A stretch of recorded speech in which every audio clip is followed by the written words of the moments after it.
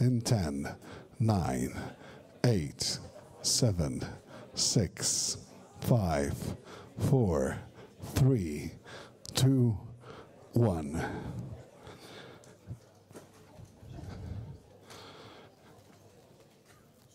And now, the end is near. So we face the final session.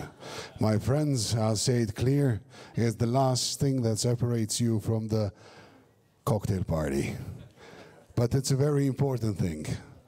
Once upon a time, not so long ago, 35 years ago, this small country, this very known town, was under aggression. They told us, you're small, you should wait, you won't succeed. Then we got our independence, thanks to all the friends around the world. Then they say, you're still small, you have a lot of tasks to do, you won't make it to the European Union. We are the star of the European Union since 2013. We did a lot of things in foreign policy, made our way through, and did all that on our legacy and great diplomacy from our ancestors. But now, we're in front of the final step when we talk about international organization. One step to fill, a huge leap to make in Croatian history. That's the reason why we call you for the last session of the day. It's time for the 4th edition of the OECD Talks in Dubrovnik. I hope that you will share this time with us, because we organize it like this. We have 2 keynote speeches, then a grand panel, and after that one, you can feel 100% home.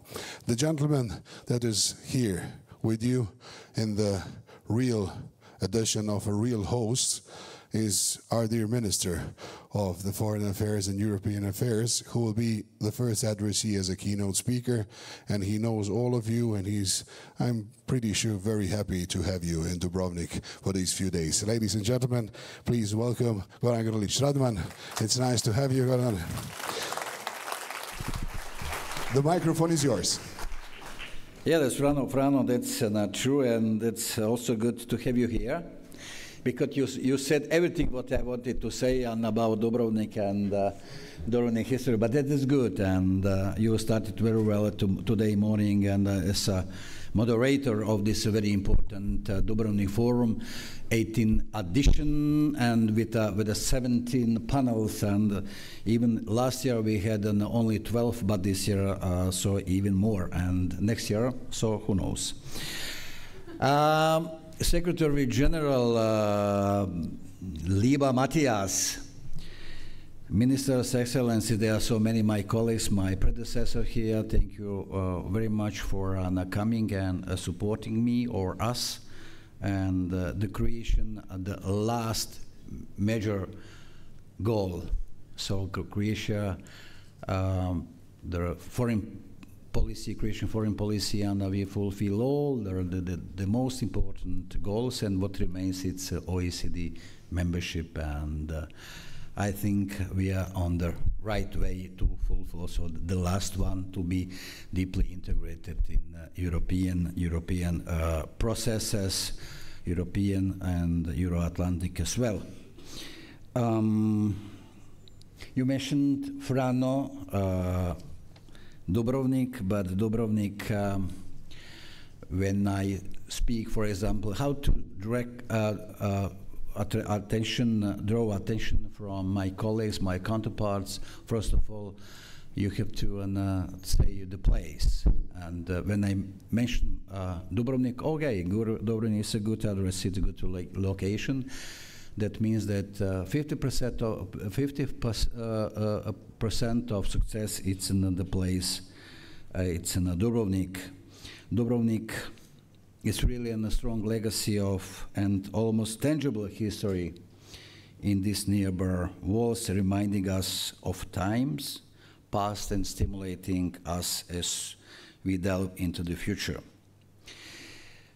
I'm really privileged to welcome you in Dubrovnik, and danke, lieber Matthias, herzlich willkommen in Dubrovnik. a city not only famous of its beauty, but also its diplomatic tradition that we have nurtured since medieval and Renaissance times. The city's traditional diplomatic gathering, the Dubrovnik Forum, hosts the OECD for the fourth time. But it hosts OECD Secretary General Matthias Kormann for the first time. Dear Matthias, lieber Matthias, noch einmal herzlich willkommen in Dubrovnik. Likewise, I warmly also welcome his associates who are actively engaged in this process. Probably it's not so visible, but we know everyone, Gita, Andreas, Anastasia, and so on. Thank you for coming, because we are successfully organized 3 side events in the past. I also warmly welcome high representatives from countries from around the world, and of course the representatives of respective countries who are together with us on the way to achieve their OECD membership, hopefully. It depends on us, how we are prepared for. Many of you have one thing in common with Croatia. Like us, you have engaged on a part of reforms under the guidance of the OECD. Welcome. This year, Dubrovnik Forum will discuss the change that is evolving fast in the world around us. We, who gathered at the OECD Dubrovnik talks, want to work closely with the OECD to better adapt to these new circumstances. In January 2022, when the OECD opened the accession process with Croatia, we had a rather clear vision of our world and the rules by which to play. Then Russia's war against Ukraine, with its overwhelming consequences, put everything into question. Crisis after crisis have followed, and the world has started to change quickly in an unknown direction. So we'll live in dangerous world, and we live at a very critical time. In 2022, a group of accession candidates counted 6 countries from Europe and Latin America: Bulgaria and Romania, Argentina, Brazil, and Peru. In the meantime, 2 countries from Southeast Asia, Thailand and Indonesia, have decided that the OECD in their future as well, and engaged into accession negotiations with the organization. I am convinced that their decisions have also been motivated by the change that is happening in the world today, and that they want to channel this change with support of the OECD. Despite turbulences around us, Croatia remains steady. We remain committed to become an OECD member state. Our accession process is in its final stage, and I hope to formalize all the discussion, all the rest discussion or committees by the end of the year. The most important thing, in my opinion, is a strong political will and determination. Our government, first of all. We have had a stable government whose clear goal was to join the OECD. We knew that we would need to engage into serious and sometimes difficult reforms. However, our goal has always been well defined. We wanted to join the OECD to bring our reform agenda to the next level. As a result, we have engaged into serious reforms. For example, of state-owned enterprises, justice system, public governance, environment, just to name a few. Another decisive element for the success of OECD accession negotiation is a well-organized and dedicated administration. I'm grateful to and proud of every expert who has been engaged in the process. Also, I am particularly proud of my coordination team at the Ministry of Foreign and European Affairs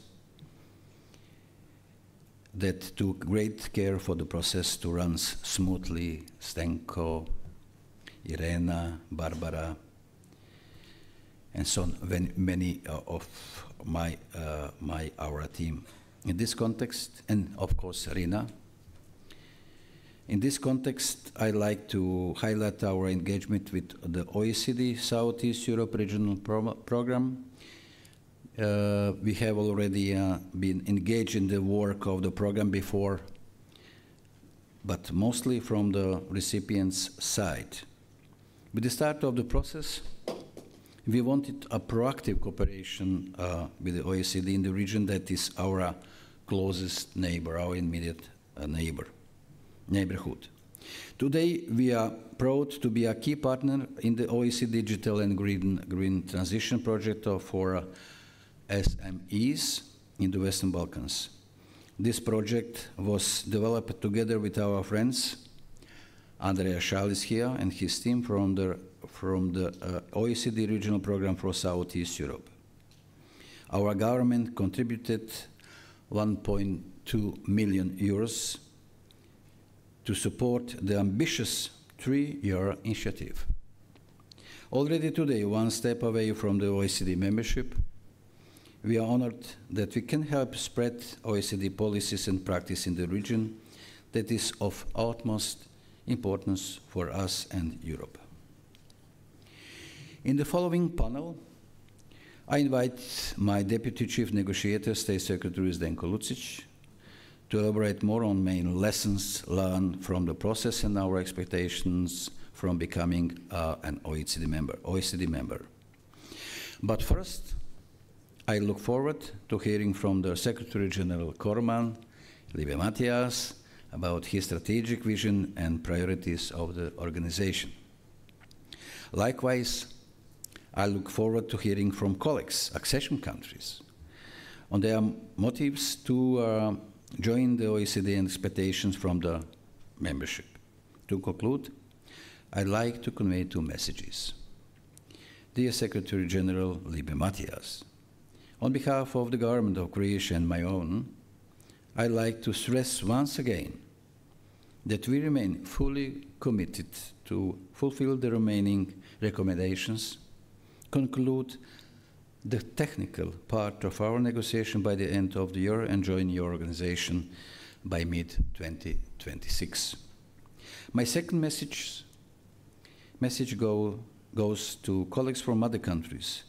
Me and my team stand ready to assist in any way we can, and we will also continue to actively support you when we join the OECD next year. Thank you so much. Thank you for your attention.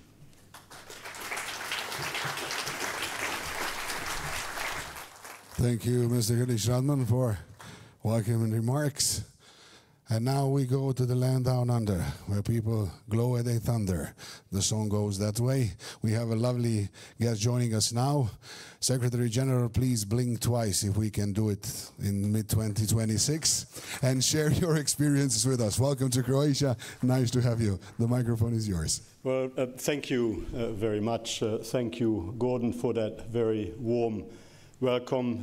Ministers, distinguished guest colleagues, friends all, let me just firstly say this is my first ever visit to Dubrovnik, but I have felt quite connected to Dubrovnik for about 30 years now, and the context is that after I migrated to Australia from Belgium in the mid-1990s, there were 2, not 1, but 2 Australian families of Croatian background who took me under their wings and who were quite instrumental in my ultimate trajectory, including in politics in Australia. And one of them, Zlatko Benkovic, left Dubrovnik as a 14-year-old in the 1950s and created a little Dubrovnik type market garden in his backyard where I spent many, many hours enjoying the juices that Croatians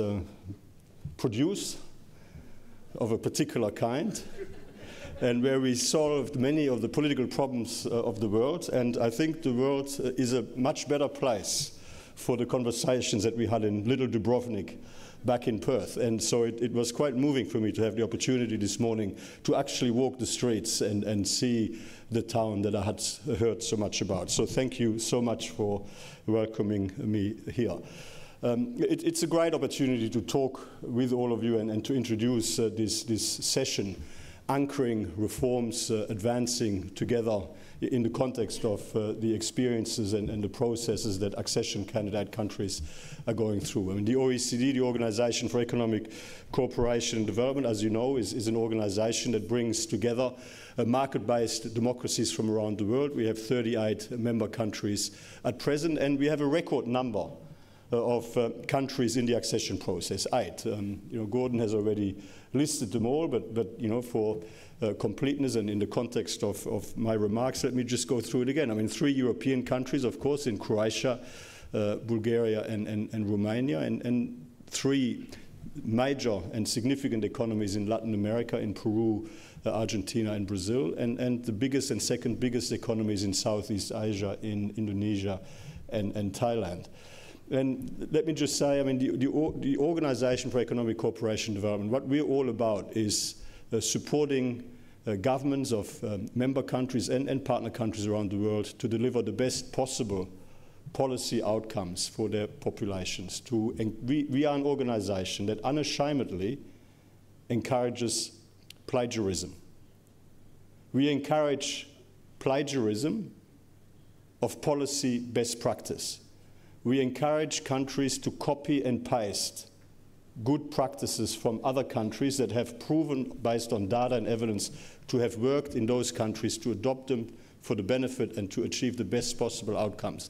And I mean, as candidate countries, the process that you're engaged in really is a process where you are able to benefit from the collective experience over several decades, accumulated over several decades, of what has worked and what hasn't worked in other countries, so you can benefit from the positive experiences, but also avoid some of the pitfalls and some of the, I guess, ways forward that were not so successful.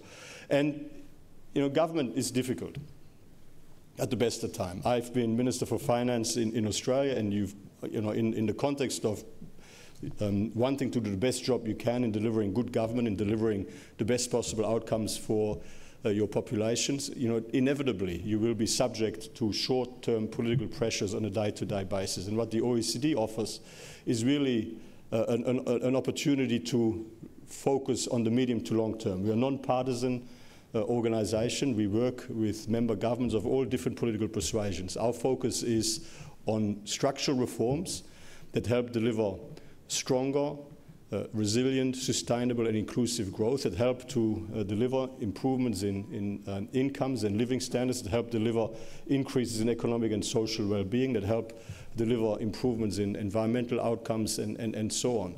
But we're doing it understanding that, of course, it's up to democratically elected governments to implement those policies based on the capacity and the speed with which that can be done domestically. But as an organization, we help to anchor the structural reforms over the medium to long term, and we provide, I guess, a light in the distance to follow. And that is something that, as accession candidate countries, you become a part of, and you become a part of a family where you can draw on resources and expertise and experiences from the governments that lead market-based democracies all around the world to help deliver the best possible outcomes for your populations. And of course, for the OECD family, having countries like Bulgaria, Croatia, Romania, Argentina, Brazil, Peru, Indonesia and Thailand as part of this process, and ultimately part of the membership, helps to ensure that as we work through policy issues, as we think about the best possible ways forward, as we think about how best to optimize economic growth, economic development and growth, as we think about how to best tackle environmental challenges, how to best manage the digital transformation, how to best ensure that we've got a global rules-based trading system in good working order. It's so important that we have the broadest possible perspectives around the table, part of the conversation, but on the foundation, on the strong foundation of a set of shared values and principles, a commitment to democracy, a commitment to the rule of law, a commitment to human rights, a commitment to market-based economic principles. But from that, of course, translating that into a policy best practice that helps deliver the best possible outcomes ultimately for people in countries around the world. And so there's a benefit for accession candidate countries, there's a benefit for our organization in terms of our relevance and impact, in terms of our capacity to actually develop the best possible policy directions moving forward. And then, of course, there's also the opportunity for all of us together to then help shape the global policy agenda in a way that encourages the best possible economic development and growth opportunities, as well as dealing with some of the other challenges of our time.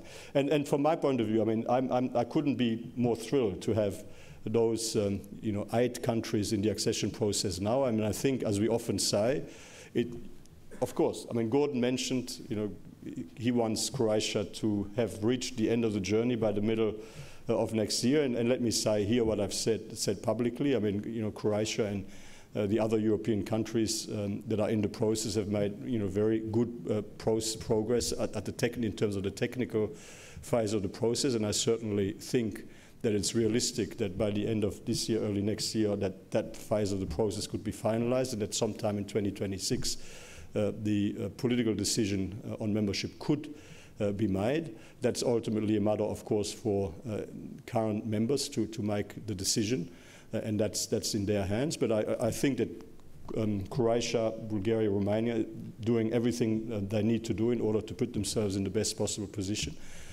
Peru, I think, is on track to get there sometime in terms of the technical phase of the process, sometime in 2027.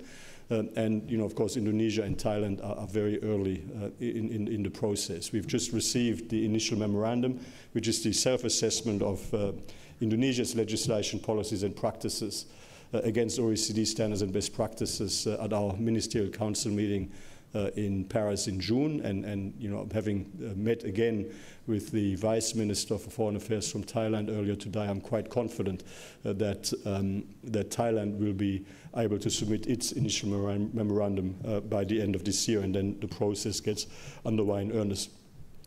But the key point from our point of view, yes, everybody is interested in the final destination, but what is always important to remember is that the journey itself delivers benefits. I mean, the process of engaging in a 360-degree review of all of your policies and practices, all of your legislation policies and practices, to assess where the gaps are in terms of international best practice, where the opportunities are to do better, to deliver better outcomes for your people, and then responding to it along the way. That in itself already delivers benefits. And I mean, I guess the final step is a formalization that demonstrates the achievement and certainly provides that sort of formal recognition that you are operating at international best practice levels. But the journey itself is an important part of it. And as I say to people, accession is a marathon, it's not a sprint.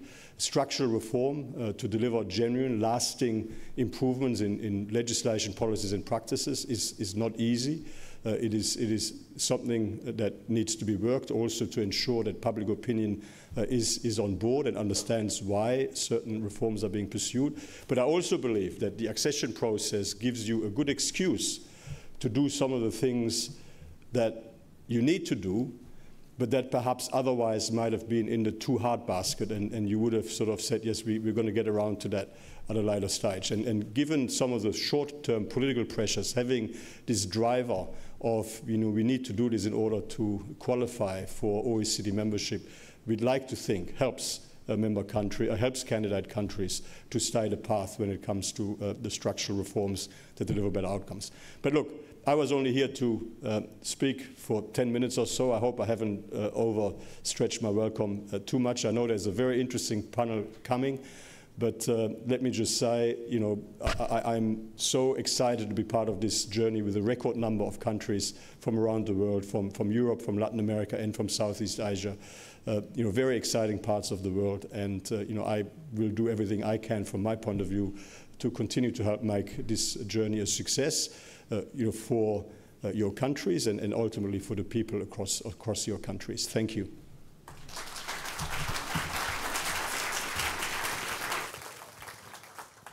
Thank you, Secretary General, for joining us. So you said not one but two Croatian families down under. Well, there is not a lot of Croatians in the world, but we are very well distributed. That means that we are 200% in, Mr. Grishtadman, just we take our time. As you all heard, the path is well known, to be a part of a family which grows together in the best policies, best economy advices and everything else. So, not only the path is interesting, even the journey is more interesting from the perspective of all the countries you heard that are trying to enter OECD. That's the reason why we have this panel today, to see how we've done so far and what's expect us in the future. So, mid-2026, we have to rush a little bit, so we're going to do it properly. In this panel, I will be calling the names of our panelists, and you clap your hands like we are already in the OECD, okay, guys? So, please welcome, we call Zdenko Lucic, State Secretary for Foreign and European Affairs, Croatia. Our negotiator, thanks for joining us, and congratulations for the work done so far. I call our friend from Peru, Eric Eduardo Guillermo Guillermo. What do you prefer? Eric. Yeah, okay, Eric, nice to have you. Mr. Machado, join us, and have a nice, bienvenido. Then we carry on with Luca Niculescu, State Secretary, National Coordinator of Association of OECD, Romania. Bine ați venit. We carry on to the Vice Minister of Foreign Affairs from Thailand, Rusya Karna. Nice to have you. Welcome, Your Excellency. Indi Pantrat. We go to Suwardini Urta, Ambassador of Indonesia to Croatia. Selamat datang. Nice to have you. And I called Gita Kotari, OECD Accession Coordinator. Nice to have you. Please take your seats, take your time. And all of you can clap your hands to a lovely gentleman who knows them all, because he's a Global Relations and Cooperation Director, Adra Shal. Nice to have you. Welcome.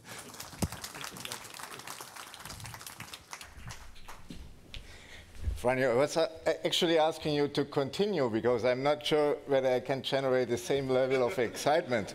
So promise me one thing: once we have finished this panel, you all do a la ola to show Franjo that I'm as good as a moderator as he is.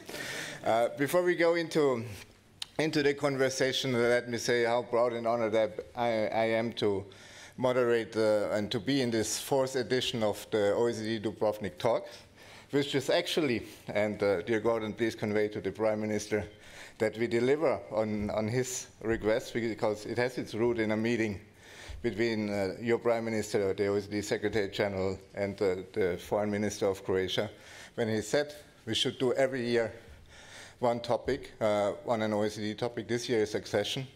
So if you do it once, there is a saying, it's a meeting. If you do it twice, it's a tradition. If you do it 3 times, it's an institution. So now we are in 4 times, so probably we could call it traditional institution or something like that. So, but we will definitely continue. This panel is about anchoring reforms, and I mean, you heard both the Foreign Minister of Croatia and the Secretary General already saying how important it is to anchor these reforms and to use the accession process also as a supporting cast for anchoring this reform in a transformative journey.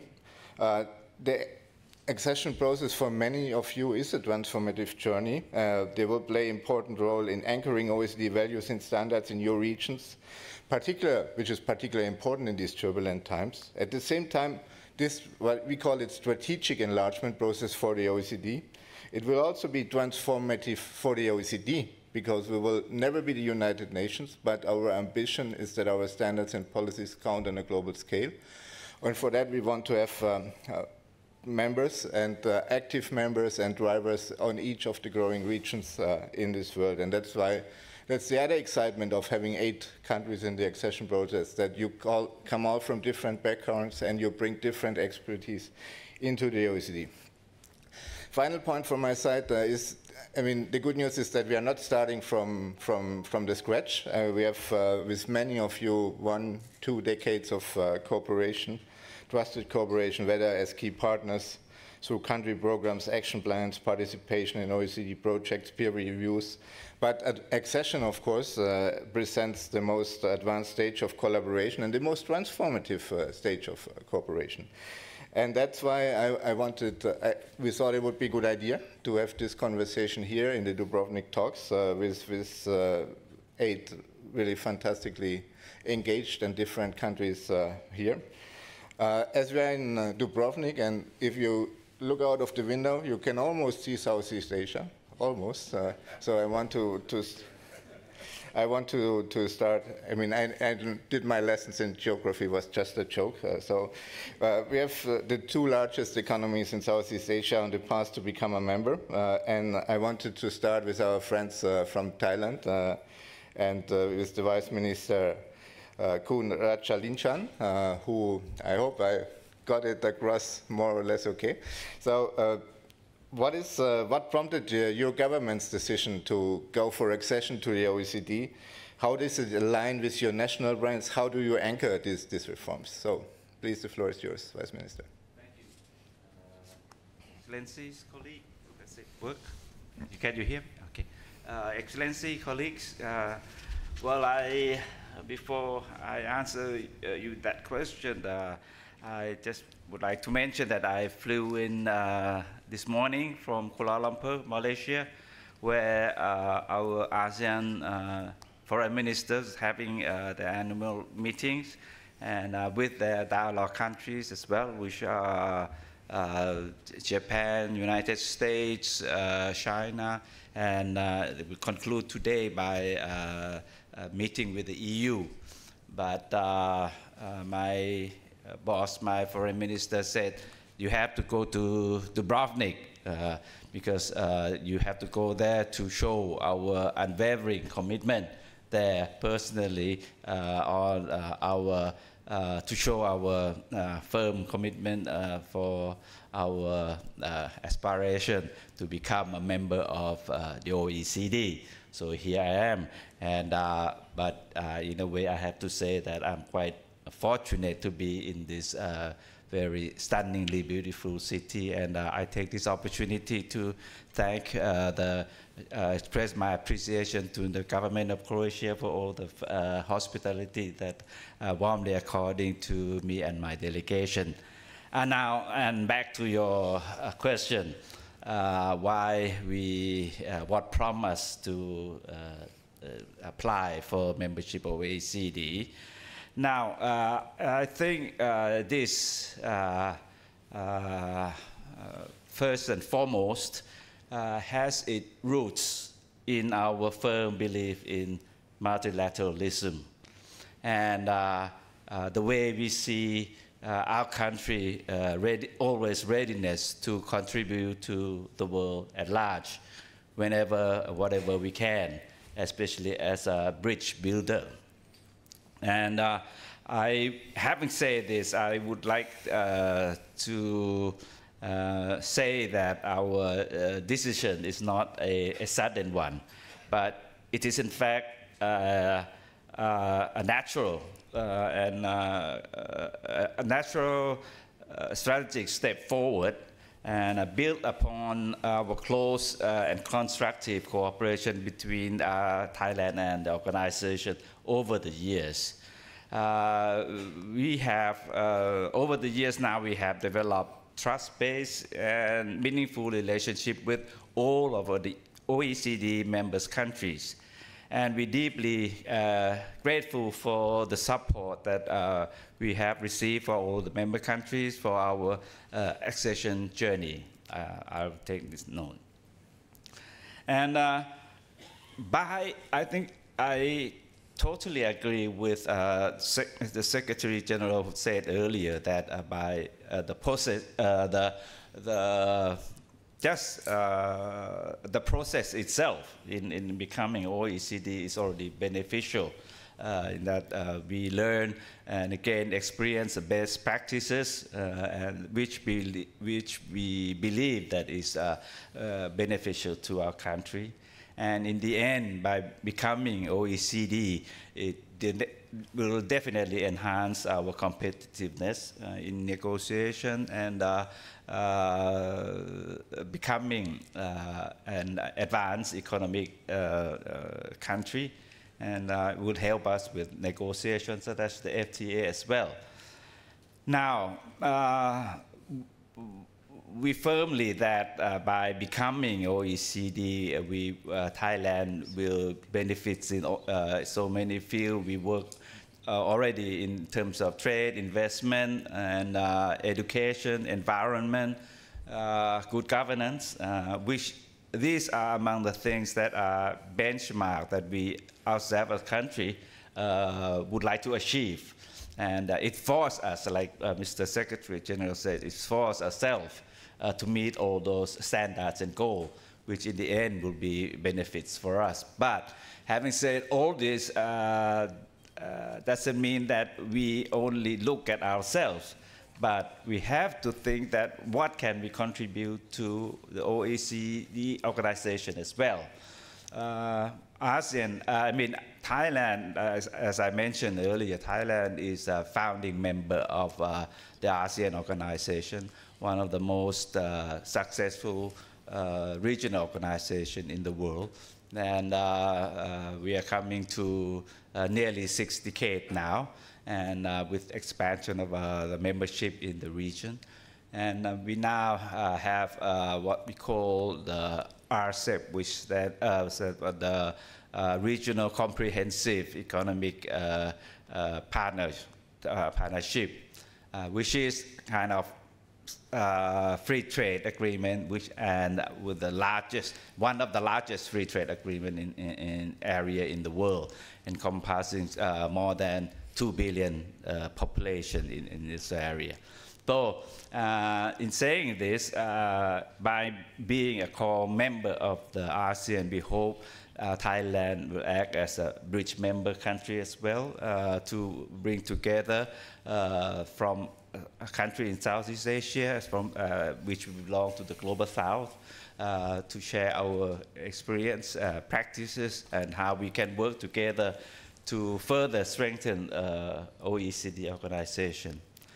And having said our firm belief in the multilateralism, I think we all can agree that the world is now in the very new troubled waters, that we see erosion of rule of law, multilateralism, we see fragmentation.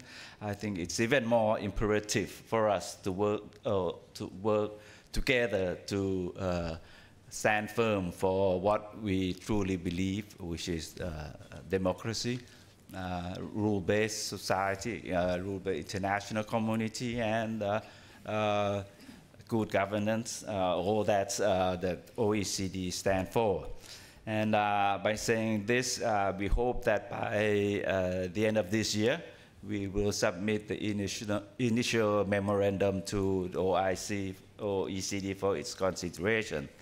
And I will end by saying that we know that this is not an easy journey. Like Mr. Secretary General mentioned, it's a marathon, it's not a sprint.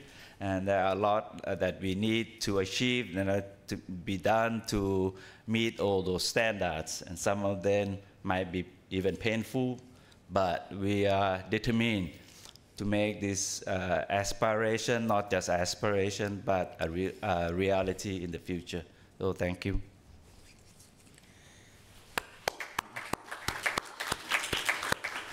No, thanks so much. I mean, Thailand as a bridge builder is a good metaphor for what we are trying to achieve together, also in terms of global governance and You mentioned also a number of policy issues. You are already working on it, and this shows the magnitude of the accession process as such. And let me tell you that at one moment in time, in response of the very often used buzzword that the OECD was a club of rich countries. The former president of Chile, Michelle Bachelet, said, no, the OECD is the club of best practices. And this is also part of the accession process, that you move closer to this, to our leitmotif, better policies for better lives. So I'm very pleased. Very pleased also that you mentioned the initial memorandum, because the lady who is sitting to your right, Ambassador Ibu Wirta, Indonesia has just submitted the initial memorandum to the OECD at the ministerial by the minister, coordinating minister for economic affairs, Erlangga Hartarto, he submitted this to the Secretary General. So it's a book thick like this, and shows a lot of work which has gone into by the Indonesian team, of course supported by Gita and Kotari and your team.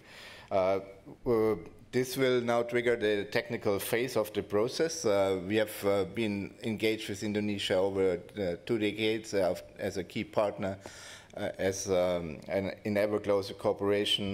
We have signed 4 programs of work before. We have supported your G20 presidency 2020-22. So the question to you is, what are the benefits and the challenges you expect from this new phase in the cooperation, from this really new accelerated technical accession process? Ambassador, the floor is yours. Thank you, Andreas, for the questions. Before I answer, on behalf of the Ministry of Foreign Affairs of the Republic of Indonesia, His Excellency Mr. Sugiono, I would like to express our sincere appreciation to the Minister of Foreign and European Affairs of the Republic of Croatia, His Excellency Gordon Grlic-Radman, for the invitation extended to Mr. Sugiono to speak at this prestigious panel. Unfortunately, His Excellency Minister Sugiono is unable to present today due to other obligations, including to accompany President of the Republic of Indonesia's state visit to Brazil. Now, turning to your questions, I would like to explain that you mentioned before that ever since becoming a key partner in 2007, Indonesia's cooperation with the OECD has continued to grow stronger each year. We have been active in various OECD specialized committees, contributing to key discussion and initiatives addressing global challenges. Indonesia also plays a significant role in the OECD Southeast Asia Regional Program and consistently contributed in the OECD Ministerial Council meetings. Indonesia's accession to the OECD is a political decision, which marks a transformative new chapter in this long-standing partnership. This process demands strong collaboration from both national and international stakeholders. It will reshape our regulatory frameworks and economic policies to align with global standards, paving the way for sustainable and inclusive growth. As part of the accession process, Indonesia has submitted its initial memorandum at the OECD Ministerial Conference last June, reaffirming our strong commitment. And we are currently entering the technical review phase, which involves close engagement with stakeholders to align national policies with OECD standards. And your question, we expect several key benefits from the new phase. First, the accession process will serve as a strategic vehicle for aligning Indonesia's regulations and policies with OECD standards. This will enhance the quality of our policymaking and contribute to sustainable and inclusive growth.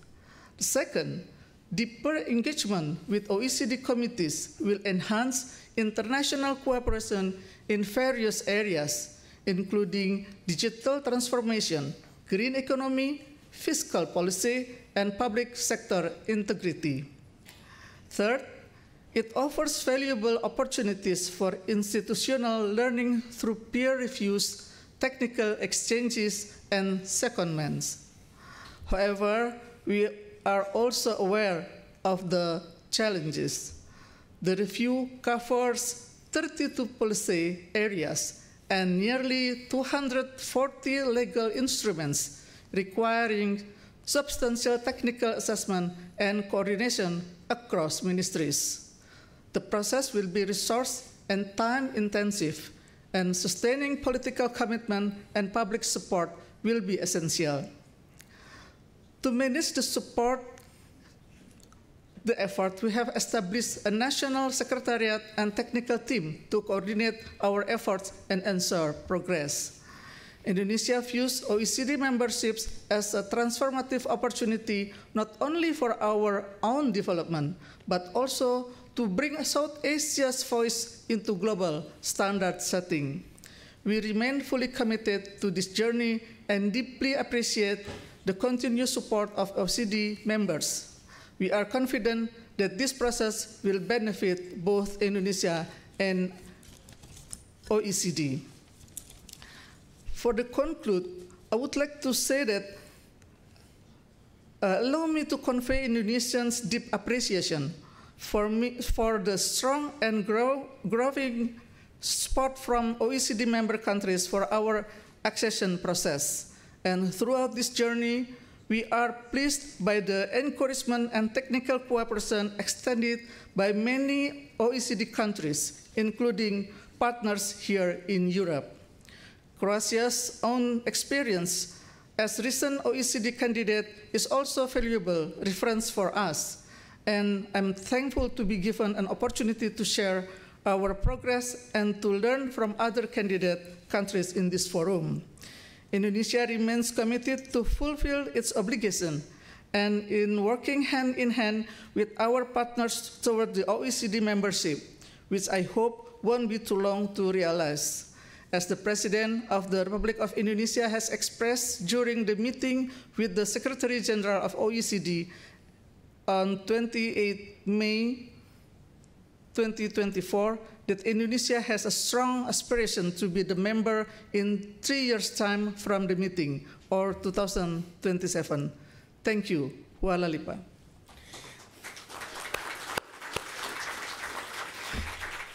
Terima kasih, Ambassador. This was really an impressive ride through Indonesia's commitment, and let me say, and please convey also to your minister, to your leadership, that we are very impressed about the depth, the seriousness the Indonesian Prabowo administration is taking on this task to become a member of the OECD, and you can assure also from our side there is a lot of excitement and readiness to make this a very mutually beneficial process, and very pleased to have this conversation. Indonesia was always a leader in our global relations work. You were the first co-chairs in our Southeast Asia regional program together with Japan 10 years ago, which at the end has now led this program, or has kind of paved the way that 2 countries from the regions have signed up for OECD membership. And we signed a closer cooperation agreement also with the Philippines, with Singapore. We signed an MOU with ASEAN. So we're also very interested in further deepen our engagement in the region. And both Thailand and Indonesia are very key partners in this endeavor. So with that, we stay on the southern hemisphere, but we move either to the east or to the west, depending on which flight you take. Our engagement with Peru is also long-standing. Between 2015 and 2017, Peru implemented 2 ambitious country programs with the OECD, which already moved the country closer to OECD standards and policies.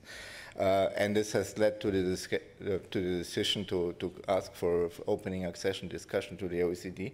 More recently, we have adopted a strategic framework for Latin America and the Caribbean in the OECD ministerial this year. So the region, together with Southeast Asia, remains a key priority for the organization. I'm very pleased to have the Secretary General of the Ministry of Foreign Affairs, Luis Anderson Machado, with us. So what do you think, what is the driving force of this sustained commitment of Peru to the OECD, and now to OECD accession in particular? And how do you reflect this also in your vision of Peru's role in the international community? Well, thank you very much for that question. But first of all, as my predecessors just said, I would like also to thank Croatia, especially to you, Minister, for considering Peru in this important forum, especially on this particular issue that for us is essential for our social and economical development. Saying that, Peru deeply values the dialogue space that the OECD promotes among member and non-member countries to share experiences, coordinate policies, and create solutions. And I want to take this opportunity to thank the OECD staff and for that permanent communication that we have been developing between Lima, and when I say Lima, I mean the whole Peruvian government with the OECD and sharing information and trying to find solution to all those commitments that we have, we want to try to achieve to become an OECD member country. So our commitment again has been sustained and stems from the sound conviction that converging with one of the most influential international organizations and anchoring the highest standards in the public policy is the most effective way to close the government's economic and social gaps. Each country is different, and I think that's something that we have to be clear. And of course, we want to learn from OECD and from OECD countries' members. But I think we have also to give something in return. I think this is an exchange of experiences that we are involved. And I was talking with Kita just a few hours ago, and we were talking about that. And I think it's also important to you to understand the reality and the structure of each country, especially the ones who are in the southern hemisphere like us, that we think different, we have a different structure, and so we, of course, we try to move forward and to close those social and economical gaps. After we submitted our application to join the OECD in 2012, and we have been accepted to be a country candidate in 2022, we have achieved to have already a country program, and we are working very hard to achieve all the commitments we have we have agreed with the OECD, and especially in 5 priority areas: economical growth, public governance, integrity and transparency, human capital and productivity, and environment. Peru's rapprochement to the OECD continue further, and our submission to the OECD rigorous peer review and accession programs has led us to a significant progress on topics such as integrity, subnational governance, regulatory policy, public information transparency and access, fiscal affairs, and environmental protection and climate governance. Thanks to the OECD accession process, more progress has been made, especially on the modernization of regulatory frameworks. These initiatives are designed and to simplify procedures and generate favorable investment climate. And that's very important for us, is to show that we can be, we are a high standard, or we have the level of high standard being OECD member country. You know that you can trust on Peru in a better investment environment. So just to achieve and to move forward for our sustainable and inclusive growth. On your second question, that how will be served to us, you know, to get closer to third countries, I think you know that Peru is part of APEC. is part of the Pacific Alliance, is part of the Andean community countries. I think this would be a great opportunity to us to get closer to them, to show them how we can be more effective, how can we work together and improve our public service in general. So I think OECD will give us the possibility to get closer, not only to this mechanism, but to any other country who wants to agree or to get a commitment towards Peru. So Peru is now in the path to the OECD membership, and it's firmly committed to be seen as a highly reliable partner for the OECD in South America region. We expect our long-standing engagement with the OECD bodies to keep evolving towards such an in-depth relationship. The ultimate goal of Peru's relationship with the OECD is to consolidate and further progress on the best public administration possible to serve all its citizens and to contribute to the international community's well-being. And finally, I would like to say that is, I think, very important. Peru has taken very seriously this decision to become a member to OECD, and it's for us a state policy. It's not a government policy. It's a state government. So we will have elections next year. So, but our compromise will continue until the end, and we hope that we will achieve all the commitments that we have agreed with and we are working together with the 23 committees. We already closed 3 of them, and we hope that in the near future we will close more and we will become a member in 2027. Thank you very much. Thanks so much also for giving us your ambition in timeline, noted. I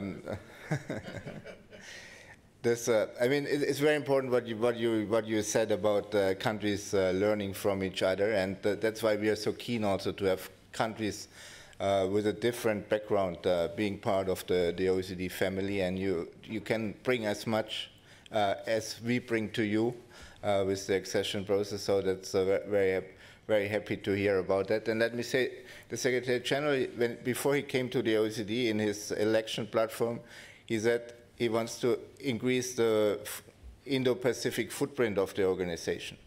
And I mean, the Indo-Pacific footprint, of course, we always think about Indonesia, Thailand, Southeast Asia, but Peru, with the Pacific border, is also part of this story of the Indo-Pacific footprint. And I myself, I'm Sherpa for G7, G20, and APEC, and the Secretary General came 3 times during your APEC host year, 2 times for APEC meetings to Peru. And I think this is also an important part for us to think about this regional role and global governance, which is important also from a global relations strategic viewpoint.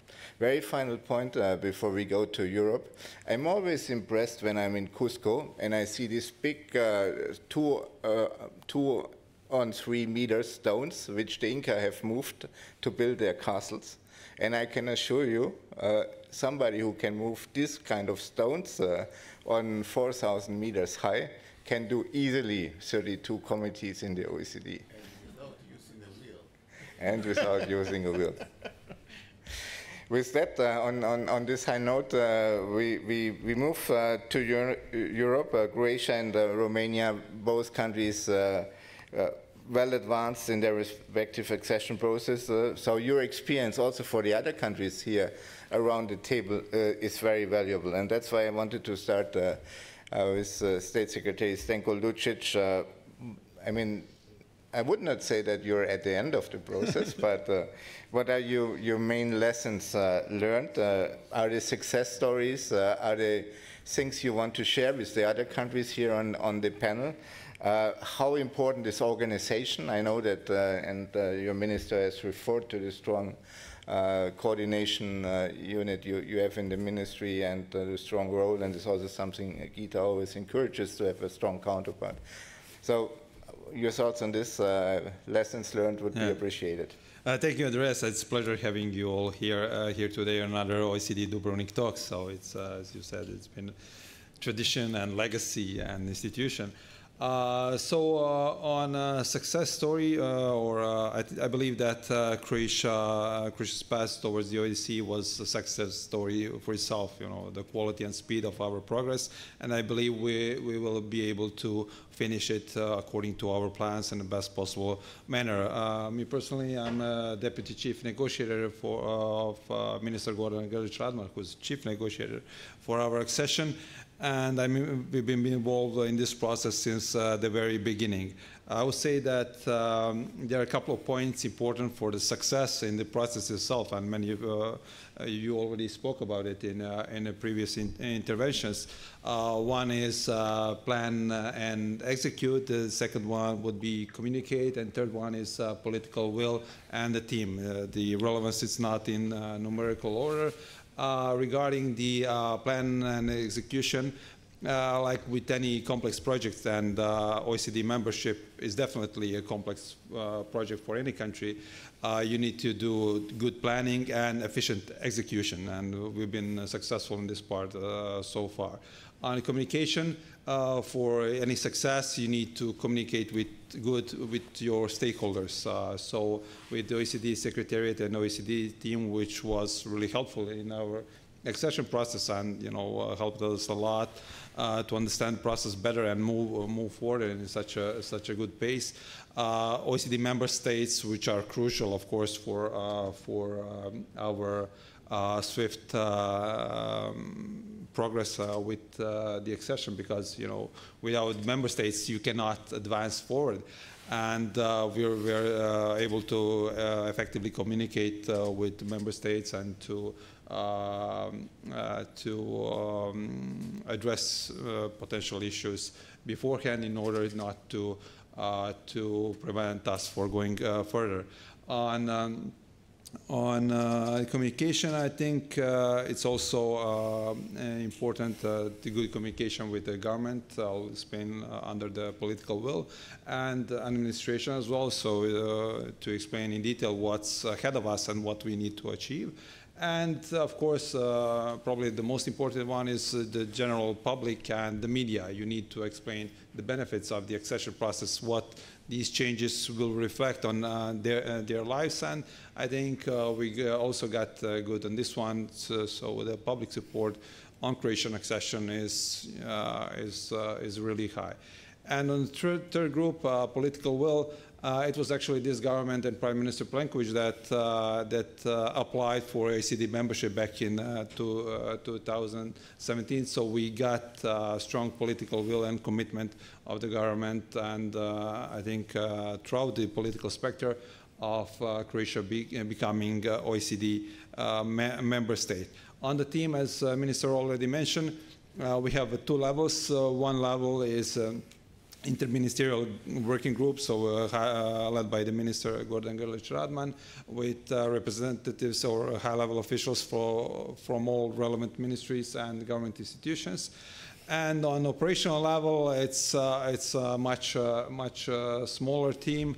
It's a couple of us in Zagreb and three people now in Paris that we are actually doing the work that we would call it like debt collectors work. So you call people, you stalk people, you make them obey the deadlines, you make them pay their dues on time, and but with important difference is actually to keep this human element. So we were efficient on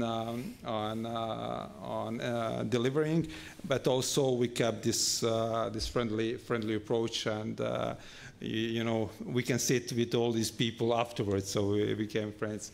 And on deliverables, so what are the biggest gains on this process? One of them is what Secretary General mentioned in his opening speech, is the fact that this is actually excellent legal inventory assessment exercise. So you screen all your laws and bylaws. So there's 272 legal instruments that we are reviewed under this accession process, and together with OECD Secretariat and member states through peer review, we actually screened a couple of thousand laws and bylaws over these last 3 years. So it helped us make our legal environment more fit for the future. As the OECD motto says, better policies for better lives. And also it was excellent for senior management and administration, the knowledge sharing, peer reviews with all the member states, and together with the help of the Secretariat. At the end, it was excellent, excellent for networking. Both domestically, you meet, you get to know more all the wonderful people within the administration that help you go through this process, but also you meet or you get to know excellent people from the Secretariat, from the member states that are actually doing the same job you're doing, and from the accession countries. And I think these benefits are actually not here to stay, not just for the accession process, but later when we become OECD member state, it would be beneficial for us as well. In a nutshell, thank you.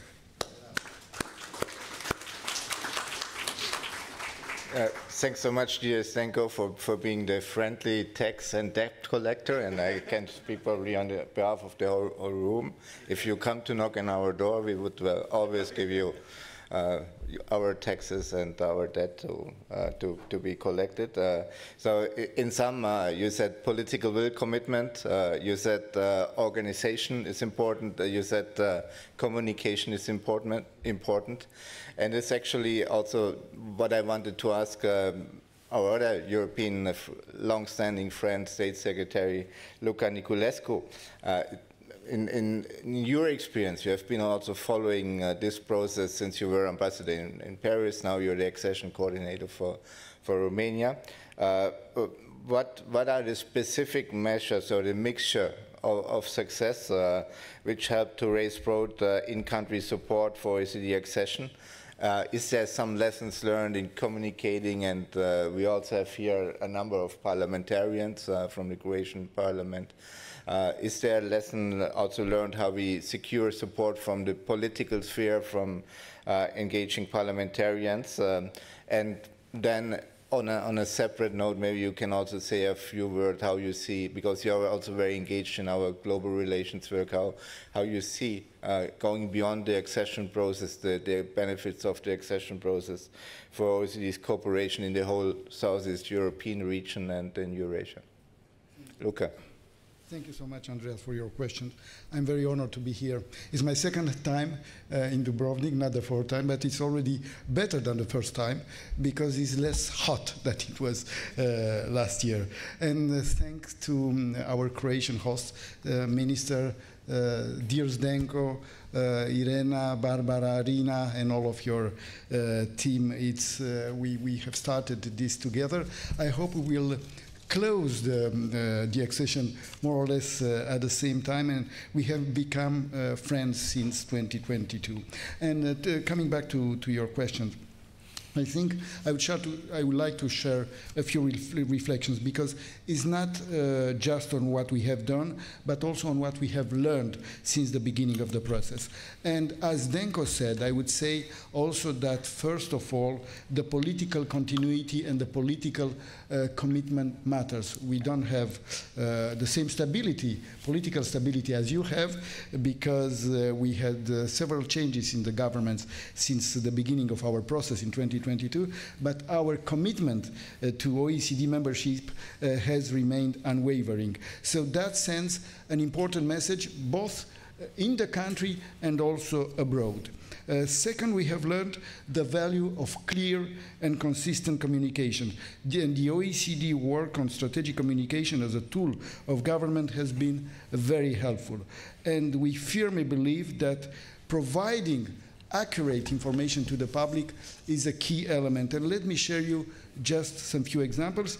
Since the opening of the accession discussions, we have organized or contributed to more than 50 high-level events, many targeting specialized audiences from the business environment and banking sectors to academia, investors, and health professionals. And at the same time, we have used the launch of OECD studies and surveys as moments to communicate more broadly.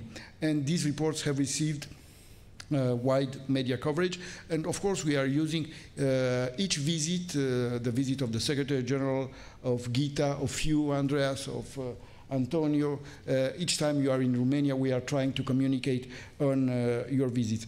And on a more personal note, I have recently started recording short videos for social media. I was a journalist prior to be a diplomat, so that helps. And I'm trying to explain in simple terms, in 1-minute videos, what the OECD is and why it matters. And it works. We have more and more audience, so if you want to follow me on Facebook, Instagram, Twitter, and LinkedIn, don't hesitate. And you also asked me to the importance of Parliament.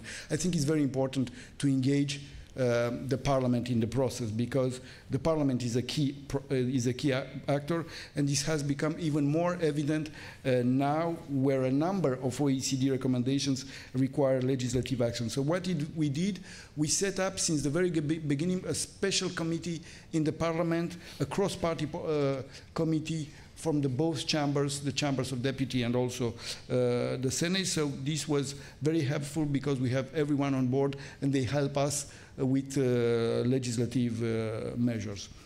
And the last questions, and I will try to be brief on this, the cooperation with your department, and I think you are one of those that I met very early when I was ambassador to Paris, so it was almost 8 or 9 years ago since we started to work together. And I think we see our future OECD membership as a way to strengthen the organization's engagement with Southeast Europe and the Eurasia region. We are well positioned geographically, politically, and through our reform experience to act as a bridge, as a constructive bridge between OECD and its members. And we also try to contribute every time we can to your programs because they're excellent. Thank you.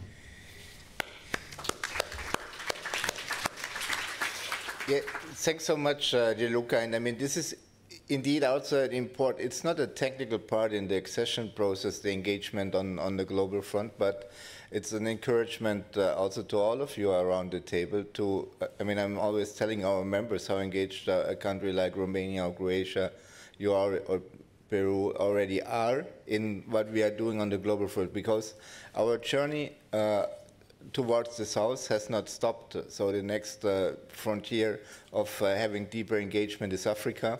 And I'm very glad that Romania is also helping and supporting already our work with Africa, and there's a lot for Indonesia, for Thailand, for Peru, also in the field of South-South cooperation, where we may have something to do together. On this question of communication, it's of course fantastic to have a journalist in the role. You need to explain to me how you do this 1-minute explanation about the OECD. Immediately after the... I'm following you. Yeah? Okay, so we all do a workshop after this. No, don't go to the reception. There will be a video workshop on social media with Luca Niculescu. On this side note, let me ask my dear friend and colleague Gita Guttari, who has been engaged in accession process, I think since 2007. So you brought or supported many countries on their way to the accession process, on the way to not through the process and towards OECD membership. So the question to you is, of course, the lessons learned, the tips for the countries here around the table, what works well, what can be done differently, and how can we also improve the strategic aspects in the cooperation going forward. Gita. Thank you very much, and thank you to Croatia and our team at the Ministry of Foreign Affairs for organizing this panel on OECD accession, which is very topical, and it's great to see such a diverse array of countries now on the accession path. Maybe the first reflection, and I think a number of you touched on it in your remarks, is why a country seeking to join the OECD, especially at a time when multilateralism is being challenged in many domains. And what I see is that the reasons for countries joining the OECD is precisely what Andreas mentioned as the Chilean president's summary, which is that the OECD constitutes a club of best practices, or a community that's looking at how to improve policy making through data, through evidence, through analysis. And this is increasingly important in a world of misinformation and disinformation, is to go back to the basics, to look at what is working and what isn't working, to compare notes and to learn from each other. And this is what the OECD offers. And when I look at each of the country's stories on the panel here, it's all about trying to set the country on a trajectory which will anchor reforms in these methods. And that's what you're committing to by becoming a member of the OECD. It's a bit like going through a 360-degree health check, looking at whether the policy settings are right or not, how you can adjust the settings so that in the future you'll get better outcomes for the country and for the people. So we've seen some very impressive results in terms of the reforms that have been adopted by previous accession countries, but also the countries that are here now, in terms of improving the business climate, tackling corruption, looking at the digital transformation, how to harness the benefits of that, improving public administration, and improving outcomes for citizens such as education and health. One of the things which is really important in this process is the fact that it's a joint endeavor. It's not something a country does on its own, it's something that the country does with the OECD. And we really work together as a team to try to achieve the best outcomes.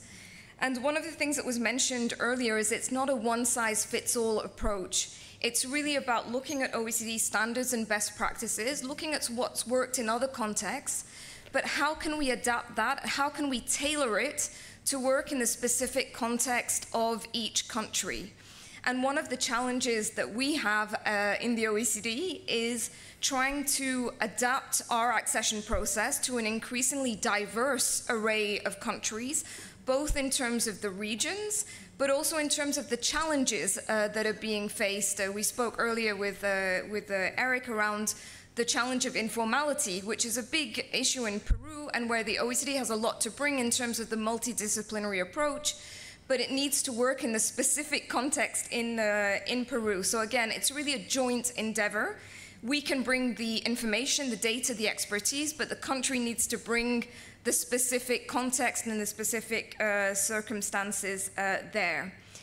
One of the other messages maybe that's important is to say that membership is important, but the journey itself is actually what brings value, and it's one of the reasons that all of your countries are engaged in the process, is to draw the benefit of the process.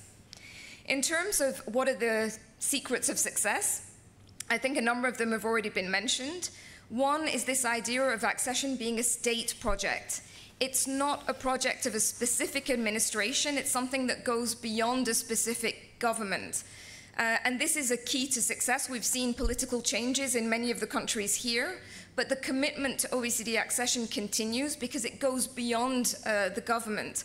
And one way to anchor that is through working with different stakeholders beyond the government itself, so working with parliamentarians, working with business, working with civil society, with trade unions, with academia, and with young people, because the young people are the future. They're the ones who are going to carry the torch in the future. So we're working also with all of you to try to anchor the process with these different stakeholders. This is where the communications piece is extremely important. How do we communicate in a simple way with people around what is the OECD, what does OECD accession bring, and what will OECD membership represent? And I know all of you are working on that in your own context, using specific communication tools which are effective in your countries, and we're very happy to support those endeavors. Coordination was also mentioned. This is a complex process that looks at very different policy areas. It involves all line ministries and agencies, and that's where you need a very strong coordination team to manage this process over time. It's also important to maintain momentum. The process can feel a little bit long, and we need to maintain the sense of progress. This is why it's important that we conclude the committees one by one, so you can also demonstrate that the process is moving forwards over time. And maybe the final point, and Andreas mentioned this earlier, is we've talked a lot about what countries can gain from OECD accession and OECD membership, but there's a lot that the OECD itself gains from your engagement in the accession process. You're already participating, all of you, in OECD committees and working parties, and you bring very important new voices to our table, which help to shape our discussions, our analysis, and our standards. And this is increasingly important in a time when the OECD needs to increase its global relevance and impact. So having the first countries from Southeast Asia around the table, having Latin America represented, new voices from Europe, is extremely important in enriching the dialogue at the OECD, especially at a time when we see more fragmentation and more geopolitical challenges.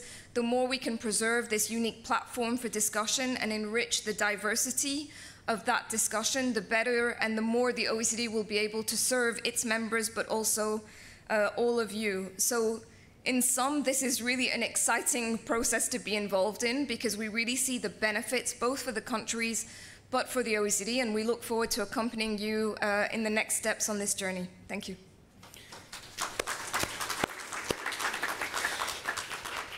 Thanks so much, Gita, for these thoughtful insights based on your rich experience as accession coordinator of the OECD. Hard for me to sum up this. I mean, maybe just to reinforce the title of this meeting, the accession process is not only a rigorous process, it's also a powerful catalyst for reform, anchoring reforms, as in the title. It's also a catalyst for peer learning, learning from each other. And it's also a catalyst for further regional global cooperation. So anchoring reforms and advancing together. This is something we are very committed to at the OECD. Let me say one big applause to all the panelists. Thank you very much indeed. And as a German wearing a Japanese watch, I'm particularly proud that the watch says we still have 6 minutes, 46 seconds to go. And I invite the Secretary General, Matthias Kormann, to take us home. Let me join Andreas in thanking our panelists. That was a great discussion, and it's so inspiring to see accession candidate countries really getting into the spirit of what being a member of the OECD is all about. Look, in 2025 and looking into the future, we need market-based democracies to stick together, to talk to each other, and to support each other, to find common pathways together in the context of the challenges and opportunities in front of us. And listening to the conversation here just now, I'm just so energized by what we can achieve together. I mean, I think that we can support you in delivering the best possible outcomes for your communities. And we look to you and we rely on you to provide your expertise and your perspectives to help us be the best international organization supporting market-based democracies and partner countries around the world moving forward, and that for together we can help shape a positive global agenda to help take the world in the best possible direction moving forward. Stronger together. Thank you so much for the discussion today. Thank you so much to all of you for joining us for this event here tonight, and looking forward to seeing you all over a glass of sparkling water out on the veranda. Thank you.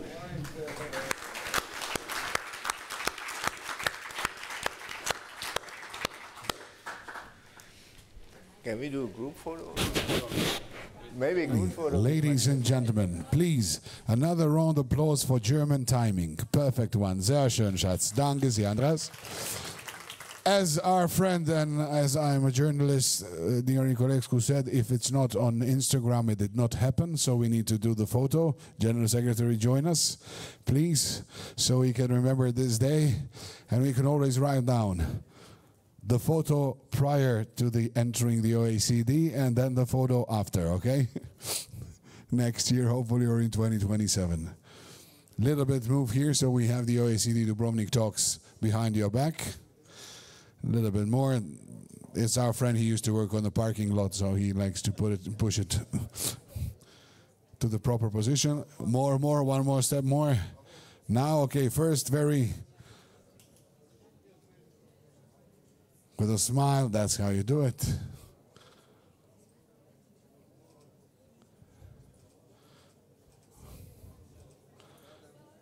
Okay, a few more, just in case. So, ladies and gentlemen, this concludes our day. The sparkling water is already prepared with a little bit of alcohol, a little bit more of alcohol. Enjoy the rest of the evening, and of course, tomorrow be back. Don't forget, you still have to work from 9 a.m. It was a pleasure having you today. I wish you a safe trip home if you're traveling, or even better, a nice stay in Dubrovnik. Cheers.